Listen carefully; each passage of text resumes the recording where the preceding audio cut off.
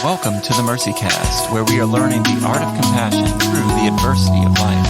I'm your host, Raleigh Sadler. I have a bit of a confession to make. 5-year plans have been the bane of my existence. I have written them short. But life doesn't seem to work out to your 16-step process, because it happens. Things get weird and we have to adjust. What happens when the direction of your life is interrupted? In this episode, we're going to talk about what I'm calling the glorious benefit of disruption, learning the art of embracing what you can't control. I want to tell you about my friend Blaire. In the early days of the pandemic, life in New York came to a standstill. When the number of COVID cases started rising exponentially in March of 2020, her dad called her, nervous. He's nervous about her being in a city by herself. At this point, her roommate had gone back home and her restaurant job couldn't have her on board since restaurants were shutting down until further notice. Her dad wanted her to come home. After a quick back and forth, he hopped in his car 10 minutes later and drove 3.5 hours. So within less than 4 hours, her life had completely changed for the next few years, and she had no idea what to expect. After leaving New York, she had to live with her parents for an unforeseen amount of time, while also building a business at the same time. It was challenging because being in her 30s, it's not the place you want to be or ever expect to be. In Maryland during this time, she had no friends and no social safety net like she had in New York. So it wasn't like going back to a familiar community. Everything was new.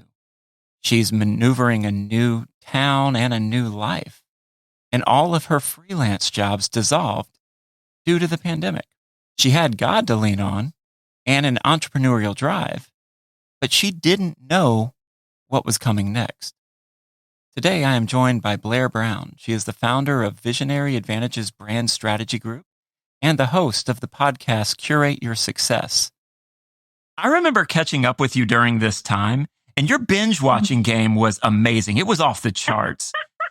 You actually convinced me to watch an entire season of Ozark in 2 days, and I still don't think I've recovered. Probably not. That will definitely leave an imprint on your brain if you watch that in 2 days, Raleigh. I wake up in cold sweats. I can't believe I forgot about Ozark. It's so good, though. But I have a question for you, though. Do you have any regrets watching that over 2 days? It was a lot of heavy content. I'm not kidding. It was a lot to take in. Mm-hmm. You know, it was almost like, man, I need a hug. I need someone to literally hug me and tell me it's going to be okay. But I don't regret watching Ozark. It was a fascinating show, but there's no vitamin C in it. There wasn't a lot of hope in Ozark, which made it a great pandemic show because none of us really had hope. Here you are. Your life has been derailed. You're in Maryland. It's a place that's different than New York. So different. You're talking to them and you're like, yeah, do you have? And they're like, we have Old Bay seasoning. That's what we have. Welcome to Maryland. That's pretty accurate. Yeah, totally. You know, but it fascinates me because, yes, I say all that to say Maryland and New York, 2 different places. Your life had been put on pause. What was going through your head at that time? Whenever it first happened, I mean, I think everybody really thought the pandemic would just be like 2 weeks, you get back to normal, maybe a month, maybe 2 months. I think that's kind of like the feelings around it. Because right. When I left the city, I'd say a lot of my friends left around the same time too, for the same exact reasons, where their families were like, what are you doing up there? We need to get you back home just in case. Because at one point in March, there were just, probably hearsay, but there were talks about like, what if they were to shut down the city where people couldn't come in and out because the pandemic's so bad? There were just so many question marks at that time. So whenever I up and left, like most people did in New York, and then I was at my parents' house, I was just like, what is going to happen? Like, I don't know because I don't have my restaurant job. And at that point that had been, paying the bills, and it was my social life at the same time. And that's actually how you and I met, was actually at that restaurant years ago. It's a fun place. And so to be removed from something you've known for so long into a completely different scenario of, you go from New York City living, everything's open and available 24/7, social life 24/7. And then you go to like Maryland. And then at this point, To be fair, for Maryland, everything was closed because of the pandemic. So it couldn't really show itself off anyway. So for me, it felt like it was the end of the world. And as each time I felt like things were going to get better and I can go back to New York, I'll go back like in a couple weeks or maybe in a couple months, things will clear up. And it didn't. And I say June 2020, I just re-signed my lease in New York because I called my roommate and I was like, hey, like, are you going to come back? What do you think? She's like, yeah, I am. I was like, okay, cool. I'll re-sign the lease. I did it. The next day, she called me. She's like, I'm so sorry, but I actually can't anymore. There were a million different reasons, all totally reasonable. Who can expect something like this? And so I'm like, oh, how am I going to pay rent in New York if I don't even have a job? And we can't go back. It was crazy. The next day, all the rioting and chaos. They were looting stores and stuff throughout the city. And that I saw it on TV and it was devastating. I just thought, if I were to even go back, what am I even going back to? And so that's when I made the decision. Okay, I'm just going to hang tight here for a while, ride the wave and see what happens. And then from there, like I'll either go back or I'll find someplace else. But I really have to get out of that apartment at that point. And luckily my landlord let me out of the lease. So I went back in June, moved all my stuff out, and then had the stark realization, like, okay, I'm going to be half my stuff's in storage unit, half my stuff at my parents' house. Who would have thought this would have happened? Not me. Well, being able to get out of a lease in New York after you've signed it is nothing short of a miracle. Right? Oh, 1,000,000% a miracle. And he was so nice about it too. He actually called me afterwards. He's like, you just need a roommate? Like, what if I can help you find one? I was like, no, it's more than that. I was like, I don't have my normal job anymore. So I have to figure out, rely on freelancing stuff. But even at this point by June, I'd say it's kind of dissolved. And so I was focusing on, okay, how am I going to make entrepreneurship work for me? Because that was my plan pre-pandemic anyway. But this time it was like, all right, you have no choice but to make it work. And that right there is key. This idea of you have no choice but to make it work. I feel like our lives went on a parallel track for that time because we met at the restaurant and then I moved to Chicago. Yeah. Where I was when the world ended. And then you had gone to Maryland and both of us were like, okay, what do we do? Everything we know has shifted. And for me, I run a nonprofit and people weren't giving during that time. And so it made things really difficult because, when a nonprofit's not able to have tax deductible gifts given, that really impacts it. A lot of nonprofits shut down. And so I was like you, I'm like, what do I do? And so you're sitting there, you're stuck. What did you do? What was the next step for you? To be honest, I think, what did I do? I went and I built the website and I was fine tuning, like, okay, what direction am I going to go into? I bought courses of, how to build your own course and just different learning tools to move me forward in the right direction that I felt called towards. And so I just, little by little worked and then built up the knowledge in specific areas to get that off the ground. And so my business has changed 100 times since then, but I was able to build a brand presence online and then network and then connect with more people that were also trying to start businesses. And I realized that one thing that is very common, my entire background, my career background has been in the fashion industry, but also in entrepreneurship in different capacities. And so the business I have right now is the third business I've run. And the common thread in my life that you could see is a lot of my friends would always come to me whenever they have a business idea because I am always encouraging them to do it. And I also know how possible it is. So I'm always like, just go for it. This is how you can start up a business. And my whole family, they're all entrepreneurs as well. So what I realized during the pandemic is like, wow, so many people want to become entrepreneurs, but they don't know how. I can help them. Like that would be awesome to help them too. Like I love it. I'm super passionate about it. And the fact that I can turn that into a career path would be really great. At this point, you could blindfold me, spin me around a few times. Like I can help you start a business. So that's the direction I went into. And I do still help people become entrepreneurs, but it's also evolved into a marketing agency as well, because that is really the next step for once you have a business. Well, and I remember you having a passion for marketing and entrepreneurship. But I think what really, just talking about this, what really kind of catches my attention is you could have complained. You could have sat there and said, oh, woe is me. Nothing's going to get better. when will my circumstances change? And rather than doing that, you changed your circumstances. It's almost like you got tired of the world happening to you and you're like, I'm going to happen to the world, And it's just like, I love that. You started taking classes. You started listening to what people were asking you. You took inventory of what are my passions? What is my purpose? And what are people asking me? And you started there. It's funny because for me, I didn't really see any other option. It was just like, if I were to sit and just cry about it all day or something, which did happen sometimes, let's be honest here.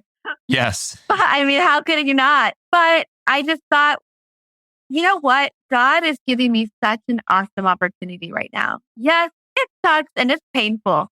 But how often am I fully removed from a social life, from juggling multiple jobs? And I had 5 freelance jobs right before the pandemic hit. 5. That's a lot. From a couple writing gigs, stylist. I was working at a couple restaurants, like making it work, right? Because I knew entrepreneurship was my jam and that's what I was going to do anyway.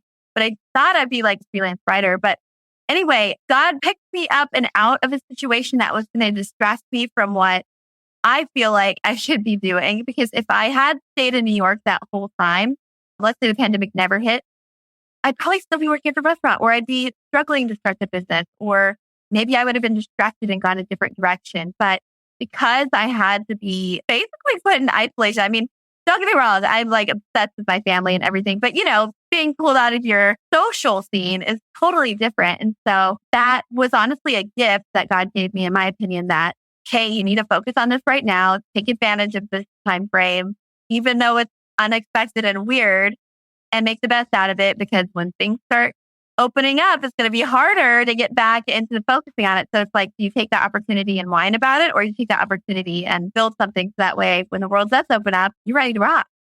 So for me, I see it as a gift, a blessing in disguise. I couldn't have done what I have without that time frame.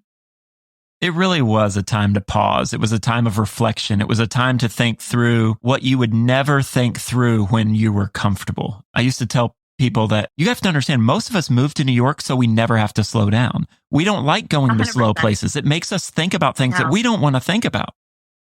Mm-hmm. And the pandemic was really that for everyone. You couldn't run from yourself. You couldn't run from your demons. You had to face things down. You had to face down the reality of, what am I doing? What am I passionate about? What do I ultimately want to do? And how am I going to get there? And as you were starting to take these courses, you're starting to learn new things. You're listening to the questions that people are asking you, and you're trying to find your purpose in that.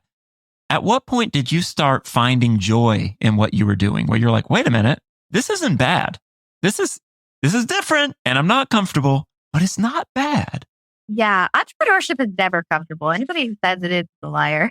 I feel like it's the most humbling experience ever, because you're constantly learning. You could be a seasoned entrepreneur of 15 plus years. You're still going to be learning. And if you're not, you should evaluate that right now. But I think I really started enjoying it whenever my first big win was my first consulting gig. Actually, it was like I was working with a company and I didn't realize how lost people are whenever it comes to marketing in general. And it's always just been second nature for me. So for me, it's no big deal. Of course you do these things. Of course you do that, right? And then I spoke with this client and they're like, we have no idea about this. And then we hate marketing, and their voice changed and everything. And I was like, oh, you feel very strongly. And then I came up with a couple strategy plans for them, and then it really worked for their benefit, and they raved. And I was like, oh, wait, I do know something, right? Which I think is always kind of funny as an entrepreneur, because oftentimes you start these ventures and you might not be, you could do it, but then you don't realize how other people can't, and how that's really a gift that you have.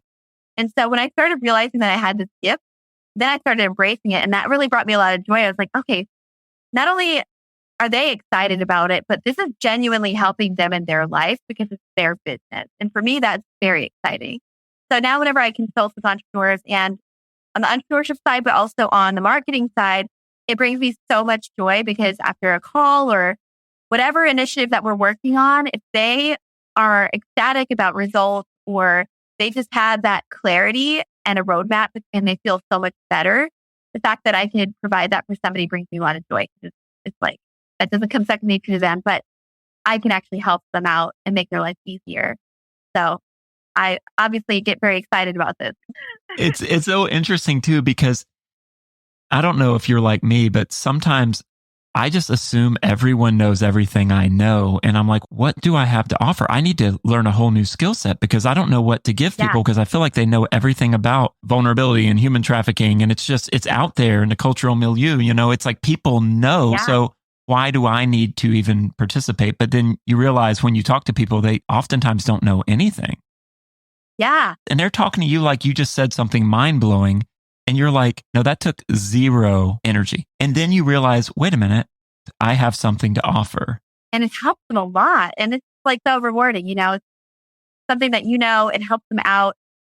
Very simple, but if that's going to help the trajectory of their business and career path, then why wouldn't you want to help somebody with that? And what I love about that is the theme of this podcast is learning the art of compassion through the adversity of life. And with each person that I've interviewed so far, whether they be a chef or a public speaker or a nonprofit leader, the things that they're experiencing that test them, that try them, actually help them better care for people. And would you say that as you were really just going through it and trying to learn your new direction or maybe the direction you were always supposed to go in, as you were doing that, how did that impact how you cared for other people? I think that when you're developing whatever career path you're going in and going through all of these different obstacles, it is definitely a humbling experience because you realize, oh, wow, there's so much in this world that I don't know. I need to learn it, right? All of it yesterday. But it doesn't work that way. But as you go through these stumbling blocks and then you do continue to persevere through it, perseverance is such a huge trait that you need to have, especially in entrepreneurship. But as you push through it, you meet people that were in the same stage that you were in. And I think that does help you. You can really just level with them and you're like, okay, listen, I understand. This is exactly where I was at too. But let me make it easier on you. And let's try this instead. And you could just feel the emotions that they're probably going through. And for you to be able to console them on that level, I get it. It's just relatable. And I think that being able to help somebody through that better than you could before is pretty key. And I think it's a cool way that God uses people. He's like, have fun with this one. And then you go through whatever situation. And then later you're like, man, now I can help somebody with that. Sometimes you have to remember that when you're going through it. You probably won't, but sometimes I'm like, God, how much more can I teach somebody? Why are you putting me through this? Yeah, we don't see the purpose, right? When we're going through it, we do not see the purpose. But then in time, all of a sudden, we're guides.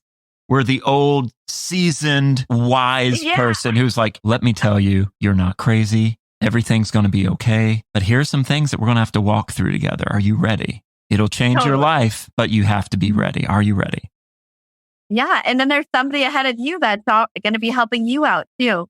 It's just crazy handing off the baton, But it's funny how we're used for those different ways. And you cannot plan or expect how God's going to use you. That's for sure. Not at all. And what I've found is if I go through something, but then I start to grow and heal and change, people are drawn to me. People who are going through similar things. They're like, hey, can we talk about this? It's like there's this authenticity that you're able to bring to the table now because you've been there. You have needed what you offer, and now you can offer it to other people. Mm-hmm. It's interesting as I think about this conversation. It's so fascinating because you went from, you're living your best life in New York. Things are great. Man. You're meeting all sorts of people. It's like, I try to tell people about what a social life in New York looks like. And it's really, no, because like, different world. No, sure. Yeah, you get invited to someone's opening night of something, and then you look over and there's Questlove just DJing, and then there's this huge band playing, and like this isn't open to the public, and you're like, but I got invited to this. It's a very surreal place to live. But during the pandemic and everything shutting down, no one knew what to do. People were trying to pivot, but people were also just scared of the future. They didn't know how long this was going to last. And you took that as, well, here I am. I'm going to learn, I'm going to take courses, and I'm going to go in the direction that I've always been going in. You're building up knowledge, you're focusing on your brand, and you're finding joy in that. And then people are coming to you. And I loved what you said. Entrepreneurship isn't comfortable. If you want to be comfortable, you are in the wrong line of work. We always must be learning. We always must be focused on, is there some area where I can improve? And to do that, you have to persevere. And I love how you said, we need to persevere consistently. Because if there was ever a season where we did not want to persevere, it was at the beginning towards middle of the pandemic, where we're just like, the hits keep on coming. I don't know what to do. What can I do? But you did the thing that was in front of you. And then that has helped you make things easier for other people who are facing disruptions, other people who are struggling with what they're currently dealing with. At what point did you think, I'm going to start this marketing business? That's a hard one because I actually went all in with the entrepreneurship first. Or it's funny, it like ping ponged back a couple of times. It started with marketing, and this was a month before the pandemic hit. So not really that free. It was already going on, but not in New York yet. A few years ago in 2019, I resigned from my fashion job to pursue entrepreneurship. And I thought I would be doing freelance writing and styling. I thought that would just be it. And then I'll fast forward through that. But essentially, I took a creative writing course to get back into it. I went back bartending so I could pay bills through that while I built up my writing career. And then one of my girlfriends sent me a message on Instagram, was like, hey, what are you doing these days? A company I'm working for really needs marketing help. Would you be interested in talking to the founder? And I was like, I mean, sure. Yeah. We used to work together at a fashion company. So I went, met with them, realized they need marketing help in a big, bad way. And then that just kind of happened. Like it literally was not planned. I did not say, I want to start a marketing company. And then it happened. It was like literally all arrows pointed to this opportunity. And I actually was very hesitant at first. I was like, I don't know about this. Like I turned it down. And then they called me back and they're like, no, like we really think you should do this. So they weren't taking no for an answer. They were like, no, we really want you to do this. Honestly, yeah. Like I turned it down 100%. And then they called me back and then we had another meeting and I was like, all right, I'll try it. And then that's when I realized, I was like, wow, I'd actually be really good at this. So, yeah, it was a funny realization that happened like February 2020. And then I did that for the set of our contract. And then, when the pandemic hit, I was so thankful that I had already established that first contract gig, like right before the pandemic hit versus like scrambling to start from scratch, like not even knowing marketing would be the answer, right? That really just kind of set the path. And then I helped people with entrepreneurship in between and then some marketing consulting. And then over time, I realized, let's do both. Like, let's consult with the little guys trying to start. But then let's also help people that are further in their career or in their business path that need someone like me and my agency to help them with marketing.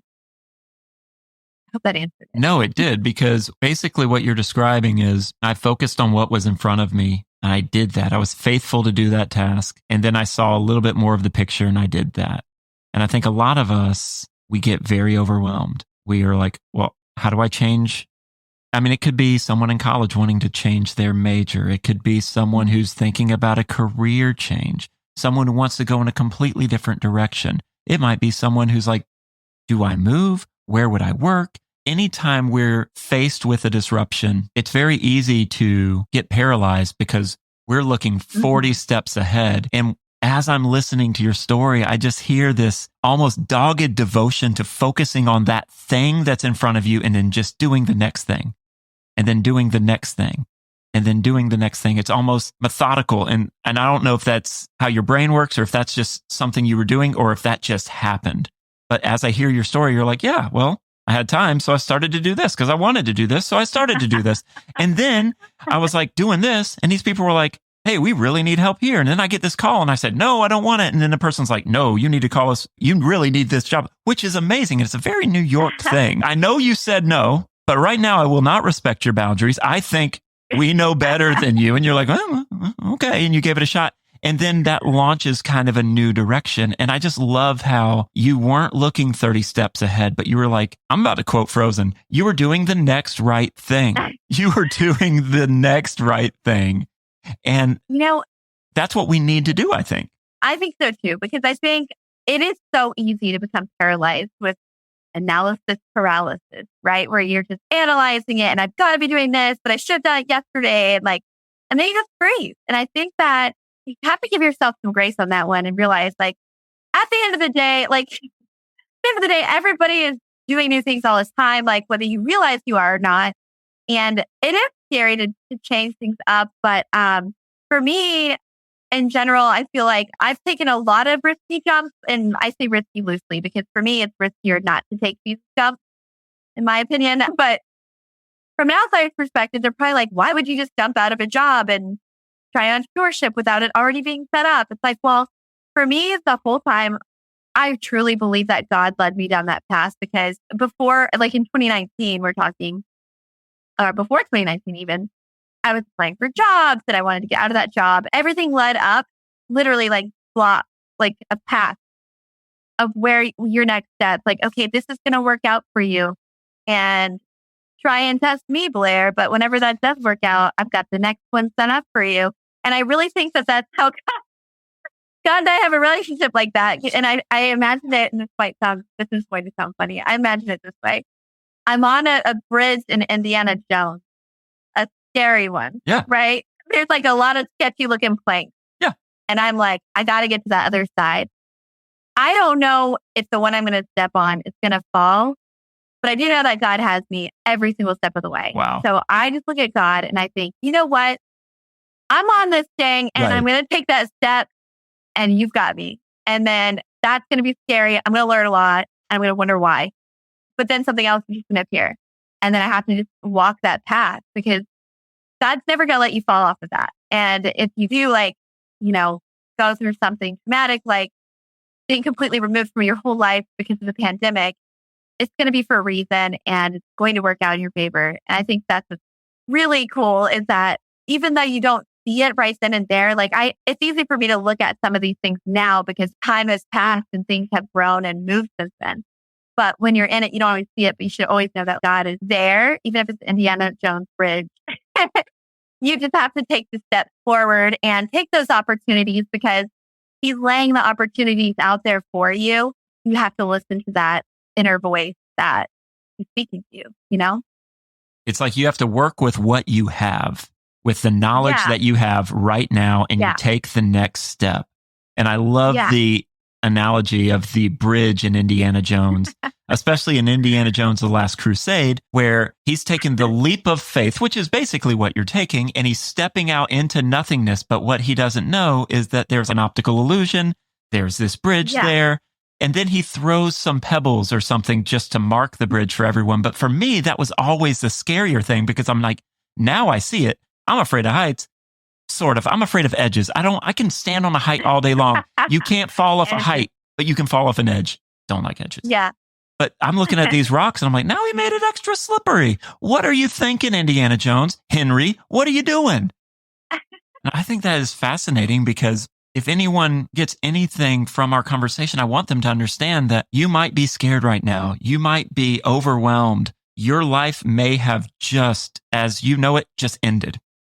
Mm-hmm. Take the next step. Doesn't even have to be a big step. It can be a baby step.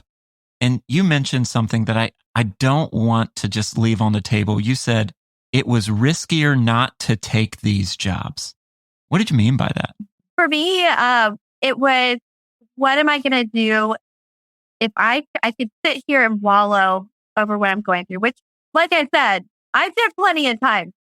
I am human. You're like, I'm no hero, okay? I'm no hero. I wallowed. I can wallow. I definitely cried a lot during the pandemic because it was so life-changing and really sad for me. And, I'm human. So that's going to happen if you're facing something. But my thought was I could, sit here and only exclusively watch Ozark for the rest of my life. And that would be rough. Netflix binge, right? Oh, nobody can do that, although it's a great show. You would not be fun to hang out with at that point. You'd be like... I'd be so dark. You'd be super dark. But so the point is I could have sat there and just wallowed the whole time, done nothing, and felt sorry for myself. Or I could look at the positive side, my family is phenomenal. So the fact that I also got to spend more time with my parents and live closer to my sister and her husband, that was in itself a blessing, right? And I hadn't lived in Maryland in over 10 years. So to have that family time was a blessing and I took advantage of that. I was lucky to have that support system, which is amazing because they're all entrepreneurs and they're all positive and love me. I could have just done that, called it a day. Like after the pandemic, woken up one day having not taken any of these other awesome opportunities God gave me, which was time to focus and have no more distractions. So for me, it's riskier to sit and let things happen rather than to be proactive and do things for myself and actually listen to God, like really tune in, like, okay, God, this is really not an ideal situation or anything I've ever expected or wanted in my life. So why? Why am I going through this right now? I know that you're there. I might not see it right now, but guide me and show me. I always find it riskier not to be proactive and see, kind of dig deeper of like what's going on and try to do something for myself. And also to know that if you're going to go, let's say it was the wrong direction of a business or something, God's going to pivot things for you. Even if you think you're making a mistake, or if you do make a mistake, it's God. Like literally, He's not going to lead you down the wrong path. So He will fix it. So, we're not bigger than that. I think sometimes it's important to remember. We think we have more control than we actually have. Yeah, I think that's accurate. And I felt like that's a good point that you bring up, because I felt like I had no control over my life. But then sometimes I would feel like I have to control everything myself.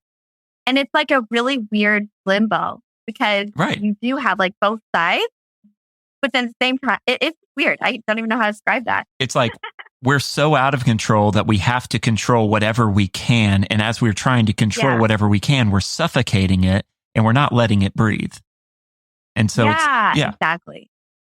And the phenomenon. The phenomenon known as the human condition, as we try to balance just hardship with the promise of future grace. It is very, very tricky, but it is tricky. As I'm thinking about this talk, what are 3 takeaways that you can give to our audience as they are dealing with their own disruptions? Look to God, lean on Him for it. Realize your world might be shattered right now, but there is a light at the end of the tunnel. Cliche as it sounds, there is. And just keep leaning on God, go to His word, pray about it. And then also, I think that's number one for sure, because God will start to show opportunities and He'll guide your path and put you in different directions. Even if you don't realize it, like it could be like you get a phone call from a friend one day that you haven't talked to in years. That could be something that leads to something else, or like gets you out of this rut. Like you just don't know what it could be. And you also don't know like how you could help somebody else out who's going to go through that situation years after you have, and you've got through it, and you have awesome wisdom and strength to help them out with. So I think that's first and foremost. Second, build up your community. I mean, surround yourself with positive people that are believers, and you can lean on them with the situation that you're in, and they'll pray for you. I think that's important because you don't ever want to feel like you're alone if you're going through something. And every person's gone through something. So even if it's not the identical situation, it's great to have positivity and support around you at all times. And third, I guess keep moving forward, keep going, just keep working through it, persevere. And of course, it's easier said than done, but just know that you're not alone. I think that's the biggest thing. I love that. Lean on God, lean on others, and keep going forward. You're not meant to do this alone. Mm-hmm. And I think that's something that we all need to hear. It's so easy, especially when we're struggling, to withdraw from people, but that's like the last thing that we need. If anything, we need to pursue connection. We need to pursue community. We need to pursue God. We need to pursue others, because it's there where we're going to find answers, or at least find someone who will sit with us and be like, man, this sucks. This isn't the way it should be. But you know what? You're going to get there. We're going to get there. And I'm not just throwing random hope at you. I believe that. So thank you for joining me today, Blaire. Thank you for having me. Are you kidding? It's been so much fun catching up with you again. If you are interested in more conversations like this one, buy my book, Vulnerable: Rethinking Human Trafficking. If you want bonus episodes, as well as a plethora of other resources, become a paid member at lmpg.org for $10 a month. You will get access to our bonus podcast, More Mercy, where we dive deeper. Also, don't forget to hit that subscribe button and leave MercyCast a 5-star review. We want to hear from you, so you can email us at info@mercycast.com. Till next time, Have mercy on yourselves and each other.